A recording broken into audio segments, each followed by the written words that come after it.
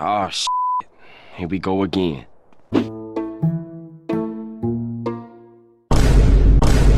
f***ing tired of this shit. I'm f***ing tired of this bull.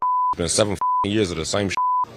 Tired of this. So Dragon Ball Sparking Zero has been out for a while now, and during all of this time, I have been pouring multiple hours into the game's training mode and playing ranked.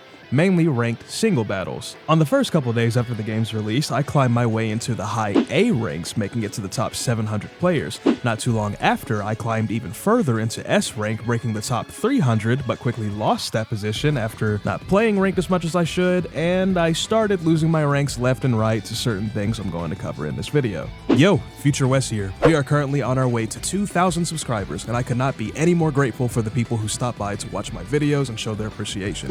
If you enjoy my video, please leave a like, subscribe. It goes a very long way and I would greatly appreciate it. Anyway, back to the video. Alright, so first things first, I just want to say that I love this game. It is everything I hoped it would be and more. This game had so much care put into every character on the roster, and the overall mechanics of this game feels incredible. It makes for some very satisfying battles. Sometimes. Other times, these battles can be outright stressful and very boring, which I think is insane to say about this game considering it is a big Dragon Ball fighting game. In Dragon Ball Sparking Zero, you have the option to play online, and then you are met with two competitive game modes. That is ranked single battles and ranked DP battles. All of my time has been poured into ranked singles, and I'll go ahead and say it. The top ranked player base is filled with either very skilled players utilizing the game's mechanics at a high level, or just straight up frauds abusing cheesy tactics. Once you have gotten into high A rank on ranked singles, you will 9 times out of 10 run into these exact same characters. These characters are fusions like Gogeta Super Saiyan 4, Super Saiyan Vegito, and Kefla. Other characters are Full Power Jiren, Mastered Ultra Instinct Goku, Beerus, and Z Broly. Some of these characters are much more annoying to deal with than the other, but let's talk about what makes each character so frustrating to play against. Starting with the most popular pick, Gogeta Super Saiyan 4. One thing he shares with all of the other fusions is one extra health bar, and when it comes to a character's stats, he has it all. His stats are incredibly well rounded with his health, ki, special attacks,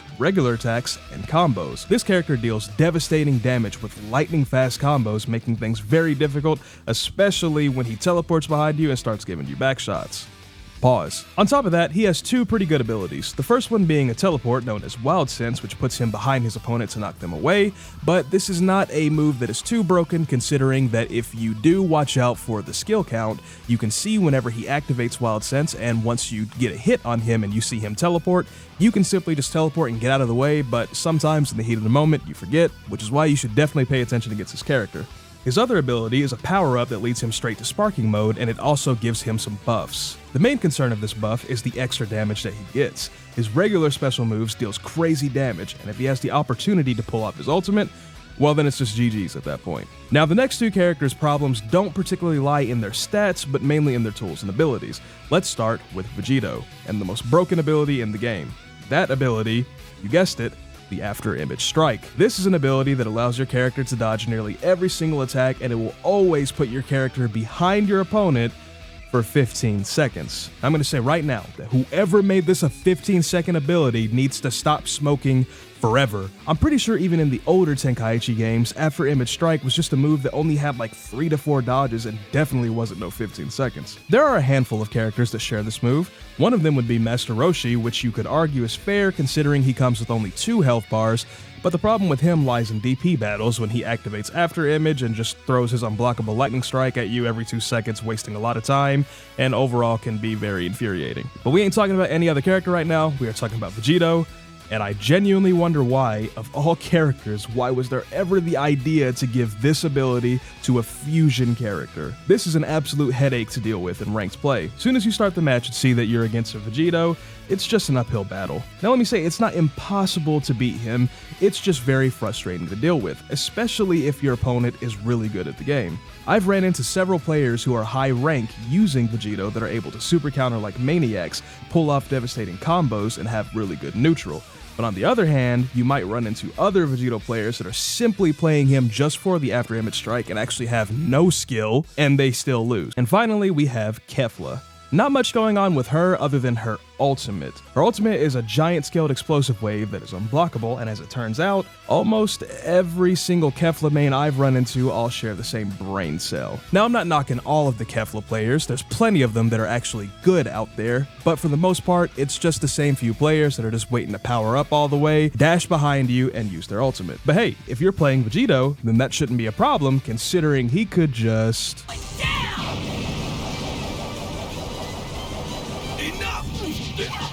And the worst part is, that is exactly what most ranked 1v1s look like. Just who can diff who with whichever fusion. But if you aren't fighting a fusion, then you are likely fighting one of these characters. Mastered Ultra Instinct Goku is a character that is pretty similar to Gogeta. His regular combos are insanely fast, and he is also equipped with abilities to teleport and punish his opponent, as well as power up to Spark accompanied by buffs. Can't also forget his auto dodge, which if done correctly can break down your opponent and just make their battle an overall struggle. Another thing most MUI players do is go sparking and just spam ki blasts, which not really just an MUI thing, really the entire roster can do this, but more on that in a second. Overall, MUI is just a very popular pick with a strong set of tools, and it's just incredibly overhyped in the rank scene. Now it's time for another set of characters that all share a very boring playstyle, starting with full power Jiren. And this guy puts out damage like it's no one's business. He has an explosive wave to get you up off him if you get a little too close or if you're going crazy with your combos, and another power up to Spark, followed by buffs. Once in Spark, he will always start ki blasting you. I mean mag dumping ki blasts, forcing you to remain stationary, that way he can use his ultimate, which deals insane damage, and the cherry on top, it's unblockable. And that is the trend with the next couple characters. Beerus and Z-Broly both are characters that share a spark-powered ability and will also blast you with ki blasts over and over until they are able to throw their unblockable ultimate. In some situations, these are just straight up true combos that have no way to get out. But in other situations, you can have an opportunity to perfect dodge out of the way before the attack touches you. Now, when you take all of these characters and abilities we've discussed, you are met with what is pretty much the current scene of Sparking Zero's ranked. It's either a bundle of Vegito players abusing After Image being countered by other cheap players going into Spark and blasting away with ki blasts, since After Image Strike won't dodge those said ki blasts, like every other move. And it all comes down to who can diff who using these cheesy tactics. And the worst part is this: most of the time when you run against these kind of players at a very high rank, if you do manage to outplay them, then they'll just disconnect, and you gain nothing from this. They leave, you get no reward after they've rage quit, and they really don't receive any consequences for this. Yo, what's from the future here? So while I was editing this, I had actually learned that eventually Bandai is going to start permanently banning players that do rage quit mid-game or leave before the game is finished, which is awesome. That is definitely what needs to be done, but you know, while I was recording this, I was already so fed up, and you know, I'm just gonna let it rock the way I've been letting it rock. But yeah, just wanted to throw that out there. Anyway, back to the video.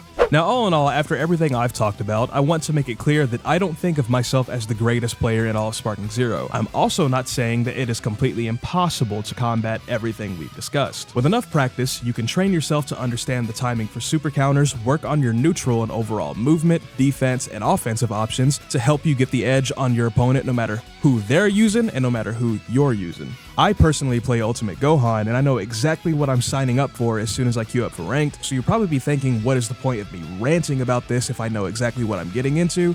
Well, the problem is this. This game has so much depth within its mechanics, and there are over 180 characters that all have different abilities and transformations for said characters. The problem is the lack of variety. You are only met with the exact same characters using the exact same playstyle, and it's kind of sad. We waited 17 years for this to be the main approach to the game's competitive mode. It shouldn't be like that at all. Now, I will say that DP ranked battles are a good fix to the issue with variety, kind of. The big boy Yajirobe has caused lots of pain and anguish to people playing ranked on this game mode, and there are other characters accompanying him equipped with the abilities to cause major issues in ranked singles. So what needs to change? In my personal opinion, I don't think a Dragon Ball game like this needs to have nerfs left and right, but there needs to be some balancing. The game is incredibly unbalanced, which makes it sound like it would actually be pretty fun for a Dragon Ball title such as this, but the hard reality is that whenever you start reaching a certain level in ranked play, the player base is not playing for fun. They are mainly playing to continue using cheap tactics and abusing the broken meta of this game. This game has a huge roster. You would think that there would be plenty of diversity in different fights, but no.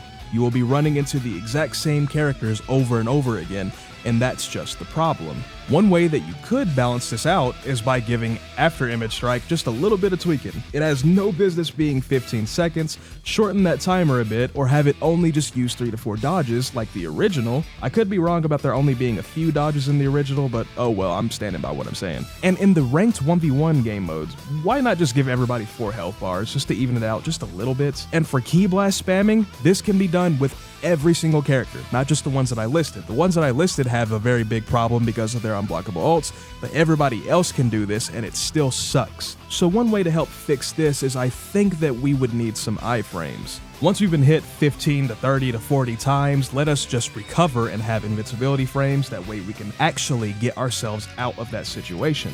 And as for all of the fraudulent losers that are on top of the leaderboard right now, abusing cheesy tactics and leaving so they don't lose their rank, give us their points and punish them for disconnecting and make them lose their rank drastically. Overall, I'll say it again, this game is incredible. I will continue to play it, especially with future DLC coming to this game, but all in all, there definitely needs to be a change in the competitive scene. Hope you all enjoyed this video. This was just a quick little rant that I needed to get off my chest. I do very much enjoy this game and will likely be making even more videos on it, so stay tuned for that. If you did enjoy this video, be sure to like, comment, and subscribe. As always, this has been WestBTV, and I'll see you in the next one.